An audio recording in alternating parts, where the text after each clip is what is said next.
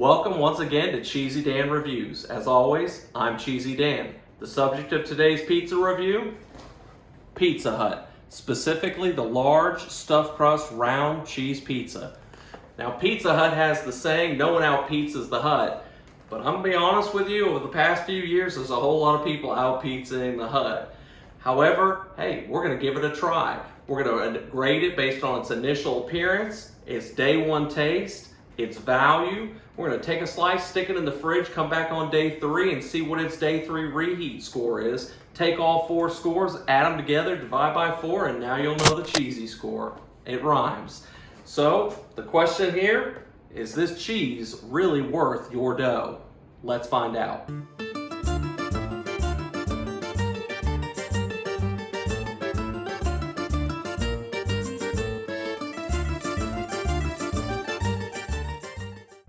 The Pizza Hut pizza in itself, it's a restaurant that's kind of close to my heart. When I was growing up, I remember vividly going to Pizza Hut and loving going to the buffet and being able to get as much as you wanted.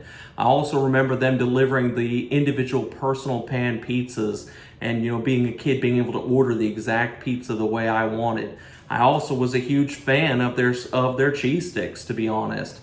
However, nowadays it's a little bit different. Most Pizza Huts now are closed and have been turned into a title pawn or into a local, chicken restaurant or something of the similar. And a lot of restaurants are only takeout. Unfortunately, no one pizzas the Hut has been taken for granted, and there's a lot of people out pizzaing the Hut. You know I'm right. My own personal experience, I have not ordered a pizza from Pizza Hut in about 8 years locally because we had such bad experiences, we just stopped going. In fact, the last one we ordered was so greasy that even my own kids didn't want it, and we ended up throwing a pizza out. That's a tragedy. I'm kind of having high expectations. I really like this pizza to make up for the lost time and make me love Pizza Hut again. Is this pizza as bad as I remembered it? Or have things changed? Let's find out.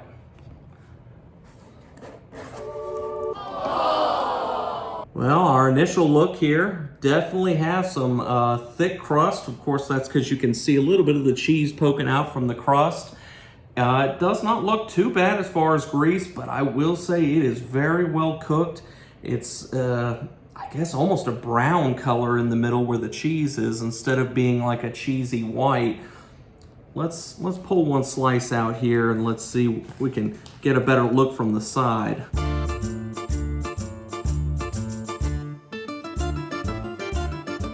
Man, that put up a little bit of a fight. We were successful and we did get it out. You can see here it is a thin style crust pizza. You can see a little bit of the hole there where there's a air pocket from the cheese. I would say this, my first initial impression is not really that good. The crust does look good, not a ton of grease, not at least that I can see visibly. The crust looks good, but the cheese honestly does look overcooked. I'm gonna have to hit this one a little bit hard. My initial impression on this one is actually gonna be a 3. The initial appearance of it is not that enticing, to be honest. The crust is good looking, but the part where it matters in the cheese, it looks overcooked and thick. But let's give it a taste and let's see if that's true or not. Upon initial taste, I don't even taste any pizza sauce in there. In fact, if you look... But where's the sauce? You can't really even see any. I'm not sure how much of pizza sauce is actually on this pizza, in addition to the fact that the cheese itself is so well cooked and the bottom of it's pretty well cooked that it's got a little bit of a fight to it. You feel like it's a little bit leathery. But to be fair, it is a stuffed crust, so let me take a bite out of the crust as well. The crust isn't too bad. It's not overcooked. Almost a little buttery. The cheese itself tastes good. Of course, it's mozzarella pull string style cheese, and it's good. Not a bad experience there, but the main part of the pizza, the part that really matters the most, really kind of leaves a lot to be desired, to be honest. So I'm gonna have to hit this one again a little bit hard. I'm gonna put this one at an initial taste on a day 1 score. I'm gonna give it no more than a 3. Mainly just because I don't taste any sauce. The cheese itself is pretty leathery and tough. And the best part of it is when you get to the crust, but it doesn't make up for the rest. So unfortunately, not a really good looking start for Pizza Hut. I was kind of having high hopes because, as I said, I've had a lot of experience with Pizza Hut. In fact, my first date with my wife was at a Pizza Hut. Of course, like I mentioned, they've knocked down so many, now it's a Starbucks. So at least if we want to relive our first date, we can go to a Starbucks and sit there and enjoy a coffee or a drink. But so many of them have been knocked down because the experience has gone so poorly. And unfortunately, this is not undoing that at this point. Now, value. This pizza came in at $12.99. It's a large, just a stuffed crust. You could get it as just a standard large cheese pizza for $9.99. And as far as value goes, if you take out the stuffed crust aspect of it, that's not too bad of a price. And even when you add stuffed crust, it's technically a specialty pizza. I would put this one on a value score, probably about a 5.5. It's you definitely can find a large one topping takeout for a couple bucks less. You could find similar specialty pizzas in this price range, or some of the times a little bit less. But it's not overpriced, and it's definitely not a value. So I'm going to put this one right about 5.5 as far as the value score. Not a great first day for this pizza. Don't know that day 3 is going to improve it, but we're going to take a slice like we always do, stick it in the fridge, come back on day 3, and then we're going to review it and see what it tastes like, and finish this one out and get its cheesy score. 3 days later. Welcome back for day 3 of the Pizza Hut Stuffed Crust Cheese Pizza review. We've gotten it out of the fridge, and doesn't look a whole lot different than it did on day 1. Overall, it's kind of surprising that the cheese looks so burned when you look at the rest of the crust, and it clearly is not burned or overcooked at all. The only thing I can reckon that causes that is that either 1, wasn't enough cheese to start with, or 2, they must use a really intense heat right on top of the cheese as it's cooking. But in either case, it is what it is. So let's take it out of the bag. And yep, as you can see, definitely some overcooked pieces of cheese there, and even you can see a little bit of the shininess of the grease coming off on my hand just touching it. But let's go ahead and we're gonna stick it inside the oven, and we're gonna let it reheat, and then give it a day 3 score.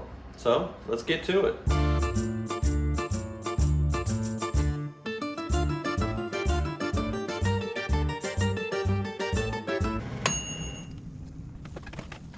Now that it's had a chance to heat up, you can see it's still actually cooking a little bit here. We're gonna let it cool off and give it its taste. I do want to point out, when I first initially looked at it, I said that I couldn't really tell if it had much grease to it or not. I definitely saw evidence of it on my fingers. And if you look at this picture here, you can also see, I think a clever way they tried to avoid showing the greasiness of the pizza is it looks like they've actually put like a wax coating on the pizza box itself. That's not something I'm used to experiencing, with a waxy coating on there. I suppose they do it so that the grease itself doesn't soak through. I do remember the last pizza I had about 8 years ago, it was so greasy that the box itself was absolutely drenched. Gentlemen, that's not acceptable. You can see in that picture, even with the wax coating, it still got somewhat into the cardboard. So it's definitely present. And I tried to research a little bit about what causes that. And basically, from what I can tell, of course, mozzarella cheese in itself does have an oil or a fat content to it that does render into grease. But also, a lot of times they'll add oils in the pizza dough itself. And some of the times they will even add oils to the pizza sauce, which actually thins it out a bit. So when you combine some oil from the bread, from the cheese, and then from the pizza sauce, it all ends up making a very greasy pizza. So I would imagine that has a part in what causes some to be more greasy than others. Interesting factoid. But now we've got to go ahead and do our day 3 test. So let's take that bite.